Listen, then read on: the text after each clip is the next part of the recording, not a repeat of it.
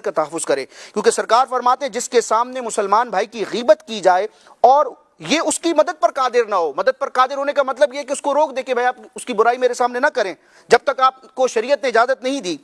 फरमाया और ये उस पर कादिर हो, मदद पर कादिर और मदद ना करे तो अल्लाह ताला उसे दुनिया और आखिरत में जलील करेगा। अल्लाह अकबर। अल्लाह ताला हमें जुल्म करने से, जुल्म सहने से भी महफूज फरमाए, आफियतों में रखे। रुकन शुरा हाजी अब्दुल हबीब अत्तारी भी हमारे साथ हैं। अब्दुल हबीब भाई, जुल्म के अंजाम पे हमारी गुफ्तगू चल रही है, काफ़ी सारी गुफ्तगू हुई। मैं आपसे मालूम करना चाहूँगा कि सबसे पहले ये बताइए कि इंसान दूसरों पर तो जुल्म कर ही रहा होता है, लेकिन क्या ये अपने ऊपर भी ज्यादती कर जाता है? वलौ अन्नहुम इज़ ज़लमू अनफुसहुम जाऊका, जो मदीना पाक की बुलावे वाली आयत है उसमें एक बात कुरान ये भी तो कहता है ना कि वो लोग जो अपनी जानों पर जुल्म कर बैठे, तो यहाँ जुल्म से मुराद ये कि जिन्होंने गुनाह करके अपने रब को नाराज़ कर लिया, अपने नामाए अमाल जो हैं गुनाहों से भर दिए। तो एक्चुअली तो सबसे बड़ा जुल्म मैं समझता हूँ ये है। आला हज़रत कहते हैं ना, नफ्स ये क्या जुल्म है, जब देखो ताज़ा जुर्म है, ना तो वहाँ के सर पे इतना बोझ भारी वाह वाह।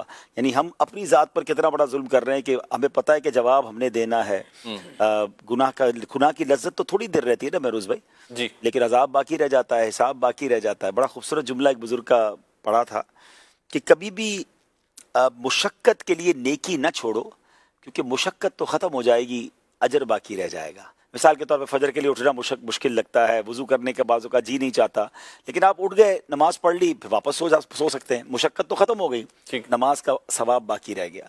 और फरमाते कभी भी लज्जत के लिए गुनाह ना करो, लज्जत तो ख़त्म हो जाएगी, उसका गुनाह बाकी रह जाएगा, उसका जवाब देना बाकी रह जाएगा, अल्लाह नाराज़ हुआ तो सज़ा बाकी रह जाएगी। थोड़ी देर का लज्जत होती है, फिल्में ड्रामे देखें कुछ देर की होती है, अल्लाह ना करे कोई शराब पीता है कुछ देर की लज्जत होती है, बदकारी करने वाले को भी कुछ देर की लज्जत मिलती है, लेकिन फिर ऐसा ना हो कि जहन्नम का एक ख़तरनाक अजाब जो है हमारा मुकद्दर बने। तो अपनी ज़ात पर जुल्म तो यही बनता है कि बंदा गुनाहों से अपने आप को बचाए, जहन्नम की आग का ईंधन बनने से बचाए।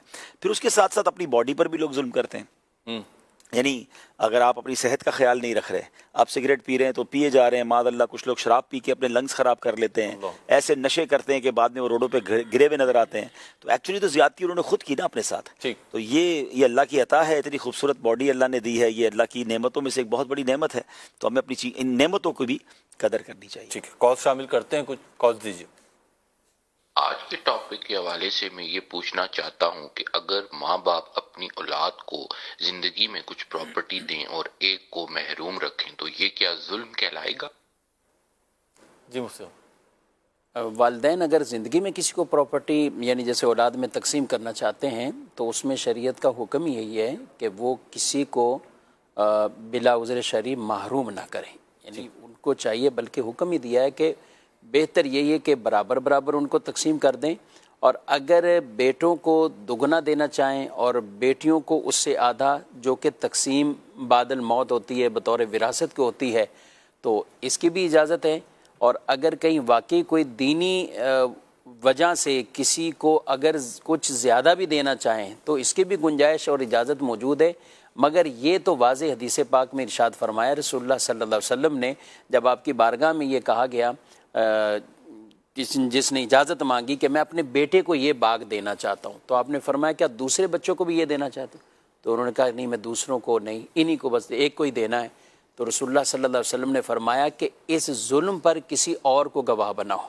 यानी आप सल्लल्लाहु अलैहि वसल्लम उस पर गवाह भी नहीं बने और उसको ओके यानी यूँ नहीं फरमाया, बल्कि इसकी इन मानों में मुमानत फरमा दी कि ये जुल्म है और इस जुल्म पर किसी और को गवाह बनाओ, मुझे ना गवाह बनाओ। तो इसको तो वाज़े तौर पर हदीस में जुल्म कहा गया। यानी ये गुनाह का काम है अगर कोई अपनी औलाद में से बाज़ को बिल्कुल महरूम कर दे और बाज़ को दे और बाज़ को अगर कोई बेटा ना फरमान है, कोई औलाद ना फरमान है, माँ बाप को बहुत तंग करती है, तो अब वो अगर ना दे या फिर उसकी आदतें ही ख़राब हैं, वो जुआ शराब सारे पैसों को बर्बाद कर देता, तो फिर वालिदैन क्या करें? देखिए, बात चीज़ें ऐसी होती हैं कि जहाँ वाकई जैसे मैंने कहा ना, बिला उज़्र शरई तो किसी को नहीं कर सकते। कहीं वाकई उज़्र शरई हो और वो उज़्र इस हद तक हो कि वालिदैन को पता हो कि हमारे इस पैसों से इसके गुनाहों में और इजाफा होना है। ठीक, इसने जुए में लगाना है, इसने इसको नशों में लगाना है, इसने इसमें लगाना है, तो फिर वो कंडीशन अगर सामने है तो उसके मुताबिक तो ठीक है, ये वाले पहलू की भी गुंजाइश निकलती है। लेकिन ये सब कुछ ज़िंदगी में है।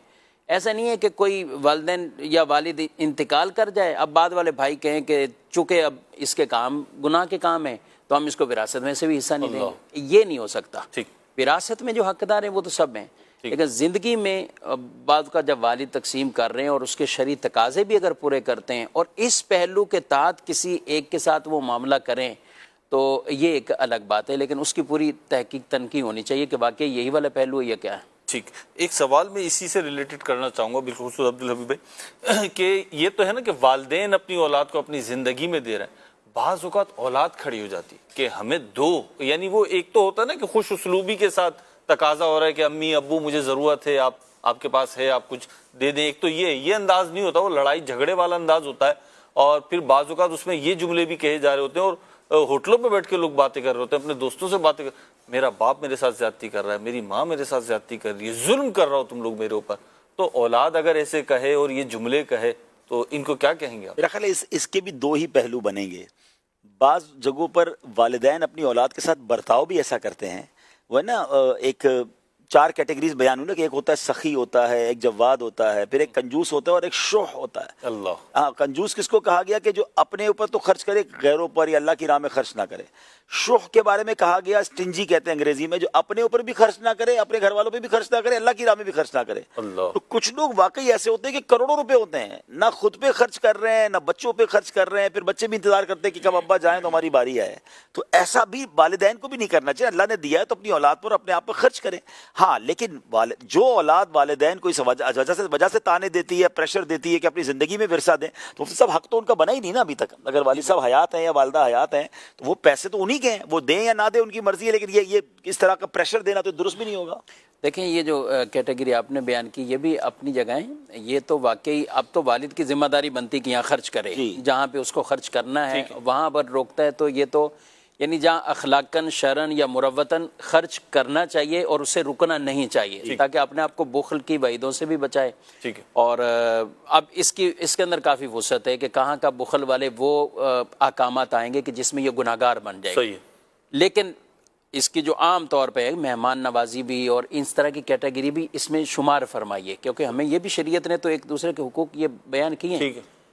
ये जो आपने सवाल किया, वाकई बात का तो अगर इसको ज़्यादातर देखा जाए तो औलाद यहाँ गलत हो रही होती है कि जो माँ बाप से ज़बरदस्ती तकाजा करे। साहब, मैंने ये जुमला सुना है कि किसी शख्स ने अपने बेटों को कहा कि मेरे मरने के बाद मिलेगी, तो बेटे ने कहा कि हमें से तुम्हारे मरने का क्या इंतजार करते रहेंगे?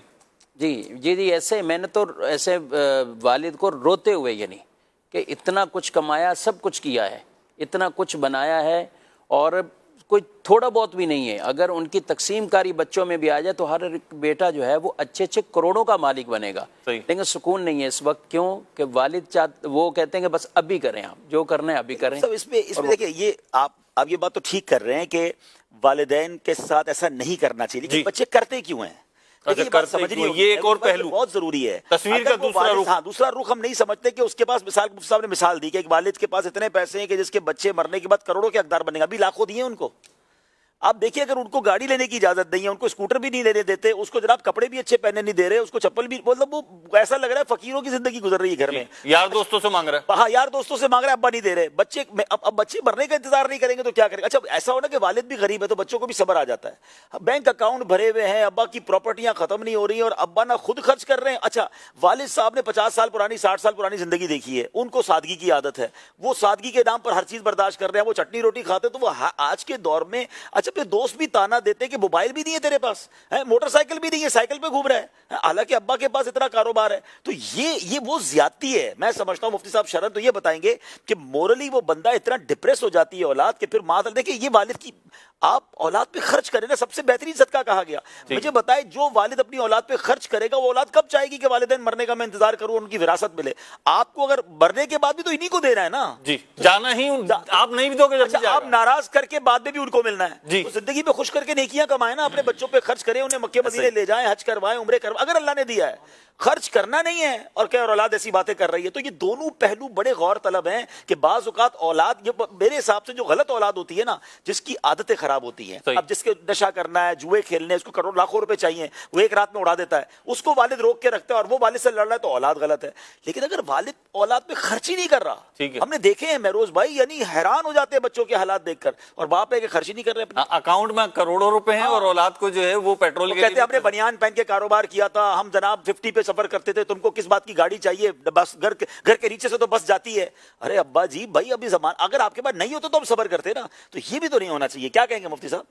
हाँ, ये तो वक्त के साथ साथ देखिए मुफ्ती साहब, ये तो है ना, हमारे वालिद या उनके वालिद के दौर में हर प्लग जो होता था ना 2 पिन होता था, अब तो 3 पिन और 4 पिन और 5 पिन पता नहीं कौन कौन से आ गए। अब आप बोलो वही 2 पिन चलाओ तो नहीं चलेगा। वालिद साहब हमेशा अपनी पुरानी बातें करते रहेंगे, बेटा हमारे जमाने में ये होता था। तो आपका जमाना चला गया, अब दूसरा जमाना है, अब्बा थोड़ा अपग्रेड भी हो जाओ, अपने को सॉफ्टवेयर भी अपग्रेड करो। वो जब शुरू होती है उनकी अपने जमाने की बात शुरू होती है, तो इससे बच्चों में और वालिद में दूरी हो जाती है। मैं यहाँ वालिद साहिबान से अर्ज करूंगा, बड़ों से अर्ज करूंगा, अपने बच्चों को खुश रखें। बल्कि आज के दौर में तो बच्चों को खुश रखेंगे तो बच्चे आपके साथ भी वफादार रहेंगे, वरना ऐसा ना हो कि आप ही के बच्चों को अपने सामने आप खो दें। अब करोड़ों रुपए मेरे बैंक में पड़े, सारे बच्चे मुझसे नाराज हैं, बीवी अलग नाराज है, कैसों का क्या करना है मैंने? भाई इन्हीं के लिए तो कमाया था ना, तो खर्च भी तो करें इन पर।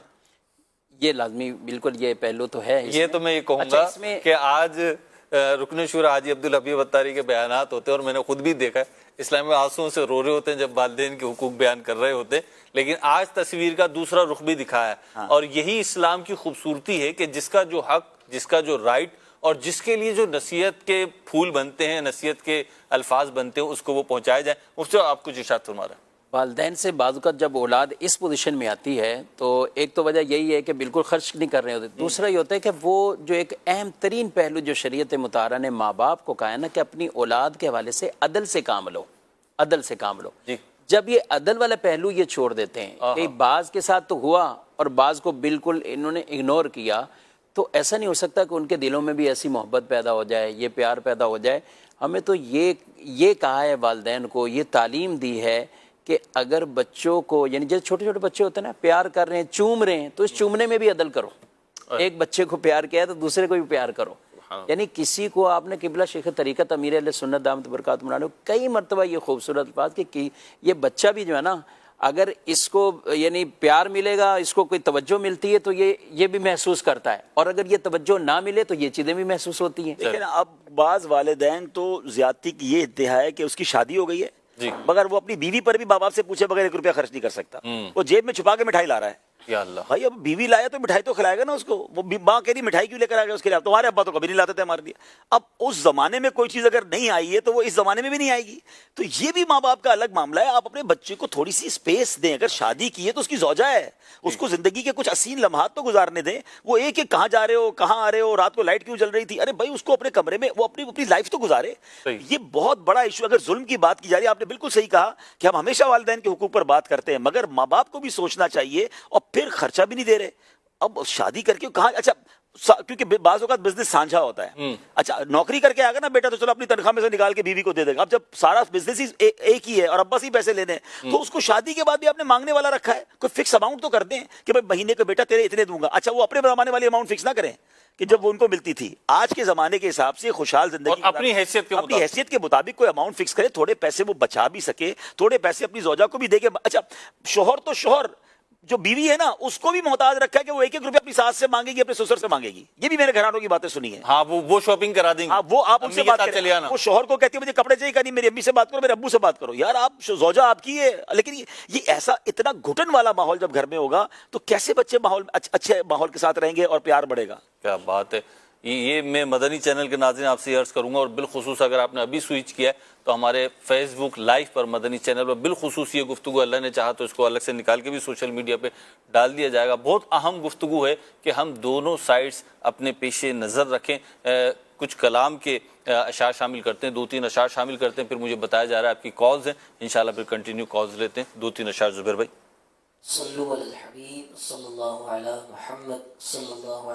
अच्छा ये मैं इनकी नाज शरीफ से पहले एक बात क्लियर कर दूं कि बेशक हम वालिदैन से बात तो कर रहे हैं कि वो अच्छा सलूक करें, प्यार दें, स्पेस दें, लेकिन औलाद के लिए अर्ज यही है और शरीयत भी यही कहती है कि अगरचे वालिदैन जुल्म करें, हमने उनके साथ उसने सलूकी करना है, हमने उनका अदब भी करना है। कोई ये ना समझे कि जनाब आज ये बातें हुई हैं तो हम लड़ाई शुरू कर दें, आस्तीनें चढ़ा लें। माँ बाप का हमने हर हाल में अदब करना है। थोड़ा कम असी कर रहे हैं, थोड़े माँ बाप को असी समझाने की कोशिश कर रहे हैं। एक और भलाई कर देते, दारुल इफ्ता अहले सुन्नत के हम नंबर चला देते हैं। अगर आपके घर में ऐसा कुछ है तो मेहरबानी करें, दारुल इफ्ता अहले सुन्नत की किसी करीबी शाख में तशरीफ ले आए, मुफ्ती साहब की मुलाकात भी कर लें, दस्तबूसी भी कर लें, हाथ भी मिला लें, सलाम दुआ भी कर लें, अपना मसला भी डिस्कस कर लें। अल्लाह ने चाहा तो एतदाल के साथ शरीयत ने जो हमें रहनुमा उसूल दिए हैं वो आपके वालिद को भी दे दिए जाएंगे, औलाद को भी दे दिए जाएंगे। जिसकी तरफ से अब्दुल हबीब भाई जो ज्यादती होगी इंशाअल्लाह अल्लाह ने चाहा तो तलाफी और दूरी करने का मौका मिलेगा। जी जुबैर भाई।